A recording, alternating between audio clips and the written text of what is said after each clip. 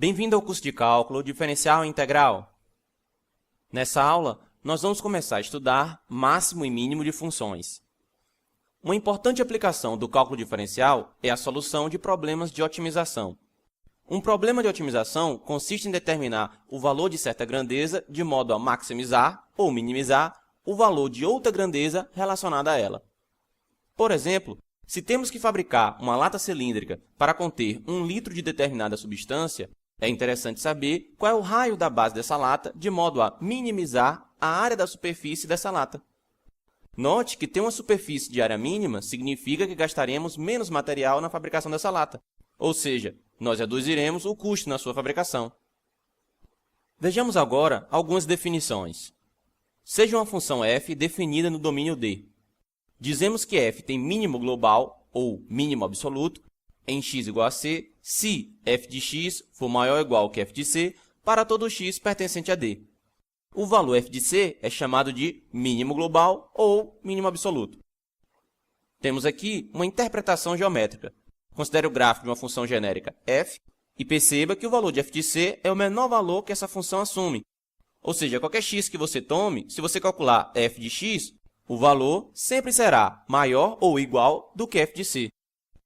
De uma forma bem intuitiva, perceba que o valor de f de c corresponde à menor altura do gráfico em relação ao eixo x, ou ainda corresponde à menor distância do gráfico em relação ao eixo x. Vejamos agora o que vem a ser máximo global. Seja uma função f definida no domínio D. Dizemos que f tem máximo global ou máximo absoluto em x igual a c, se f de x for menor ou igual do que f de c para todo x pertencente a D. O valor f de c é chamado de máximo global ou absoluto. Aqui nós temos uma interpretação geométrica, novamente o gráfico de uma função f genérica, e perceba que, para qualquer valor x que você escolher, quando você calcular f de x, esse valor será menor ou igual a f de c. De uma forma bastante intuitiva, perceba que f de c é o valor da maior altura do gráfico em relação ao eixo x, ou ainda é o ponto do gráfico mais distante em relação ao eixo x. Vejamos o conceito de mínimo local. Seja uma função f definida no domínio D, dizemos que f tem mínimo local ou mínimo relativo em x igual a c, se f de x for maior ou igual do que f de c para todo x em algum intervalo aberto de D contendo c. O valor f de c é chamado de mínimo local ou relativo. Temos aqui uma interpretação geométrica. Novamente, o gráfico de uma função f de x genérica. E perceba que, neste ponto C1 e neste ponto C2, se você toma valores de x próximos a eles, se estiver próximo de C1, então o valor de f de x será maior ou igual do que f de C1. E se estiver próximo de C2, o valor de f de x será maior ou igual do que f de C2. Além disso, nesse exemplo, perceba que f de C1 também é um mínimo global. Desse modo, nós podemos dizer que todo mínimo global é um mínimo local. Entretanto, nem todo mínimo local é um mínimo global. Por fim, vejamos o conceito de máximo local ou máximo relativo. Seja uma função f definida no domínio D, dizemos que f tem máximo local ou máximo relativo em x igual a c, se f de x for menor ou igual do que f de c, para todo x em algum intervalo aberto de D contendo c. O valor de f de c é chamado de máximo local ou relativo. Temos aqui a interpretação geométrica. Perceba que, se você escolher valores de x próximos a C1, a C2 ou a C3, e calculando f de x, você vai perceber que, se o valor estiver próximo de C1, o valor de f de x será menor ou igual do que f de C1.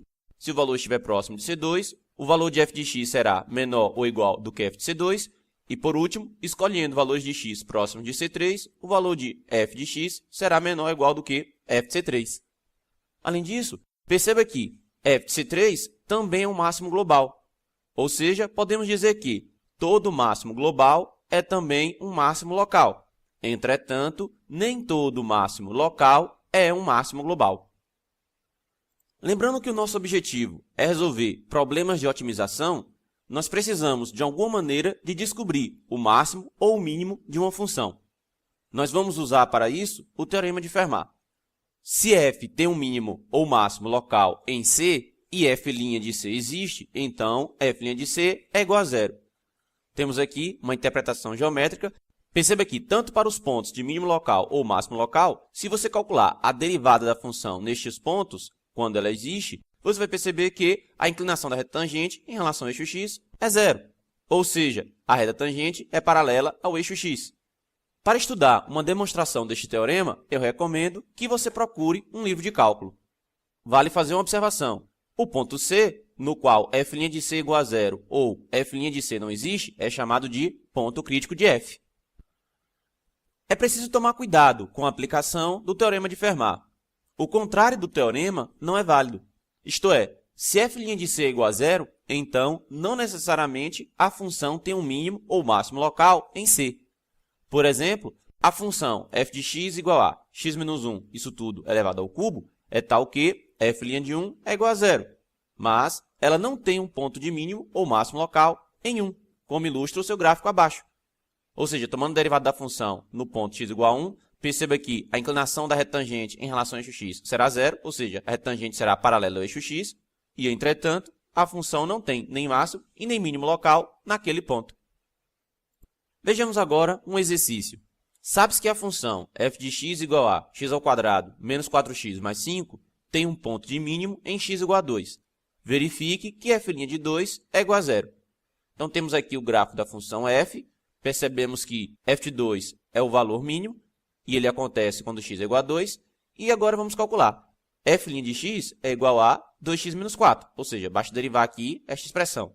Ora, se a gente agora calcular f' de 2, nós vamos ter 2 vezes 2 menos 4, que é zero. Ou seja, isso ilustra o teorema de Fermat. Naquele ponto onde ocorreu o mínimo, existindo a derivada naquele ponto é zero. Note que nesse exemplo já nos foi fornecido qual seria o ponto de mínimo da função. Ora, mas geralmente nós vamos ter a função e a partir dela queremos determinar o mínimo ou o máximo. Vejamos como fazer isso a seguir. Vamos agora estudar o método do intervalo fechado. Para determinar o mínimo ou o máximo global de uma função contínua f em um intervalo fechado AB, basta seguir os passos. Primeiro, calcule o valor de f nos seus pontos críticos. Segundo, calcule o valor de f em A e em B, que são os extremos do intervalo. Terceiro, o menor dos valores nos passos anteriores é um mínimo global, e o maior dos valores é o máximo global. Vejamos outro exercício. Na figura abaixo, determine o ponto B entre 0, 0 e 4, 0, de modo que o triângulo ABC tenha o menor perímetro possível. Neste tipo de exercício, uma grande dificuldade do aluno é obter a função que ele precisa maximizar ou minimizar. Neste caso, seria minimizar, já que pede o menor perímetro possível.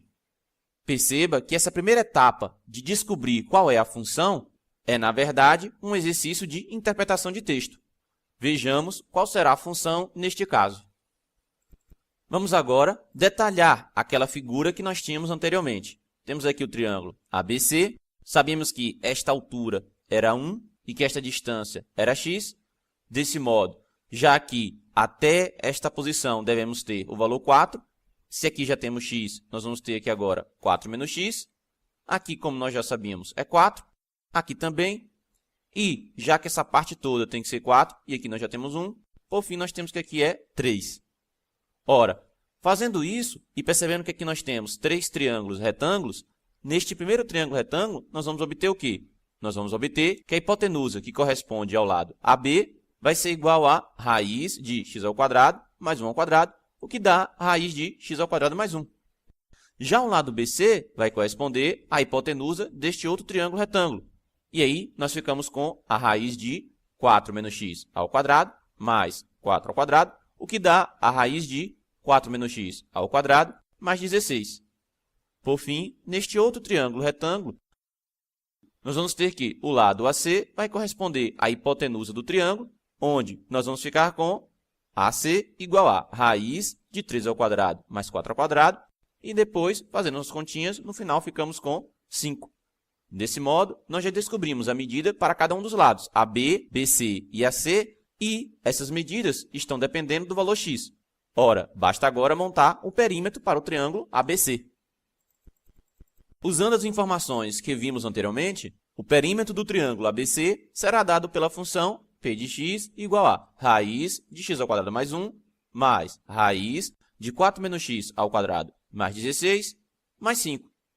Derivando essa função, obtemos p' de x igual a x sobre a raiz de x ao quadrado mais 1 menos 4 menos x sobre a raiz de 4 menos x ao quadrado mais 16. Para derivar esta função, será necessário utilizar a regra da cadeia. Se você não se recorda disso, eu recomendo que você revise as aulas sobre este conteúdo. Para determinar os pontos críticos de P, devemos resolver a equação P' de x igual a zero. Isto é, nós vamos ficar com x sobre raiz de x ao quadrado mais 1 menos 4 menos x sobre a raiz de 4 menos x ao quadrado mais 16, isso tudo igual a zero.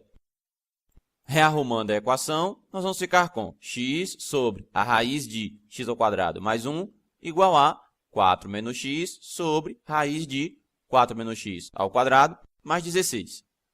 Elevando ambos os membros dessa equação ao quadrado, nós vamos ficar com isso aqui tudo ao quadrado igual a isso aqui tudo ao quadrado, e no final nós vamos ficar com, aqui no primeiro membro, no numerador vai aparecer x ao quadrado, e no denominador vai ficar apenas x ao quadrado mais 1. Eu vou poder simplificar a raiz quadrada, isso tudo elevado ao quadrado, isso porque aqui dentro do radical aparece o número positivo. Então, no final, ficamos apenas com x ao quadrado mais 1 aqui no denominador para esta fração no primeiro membro.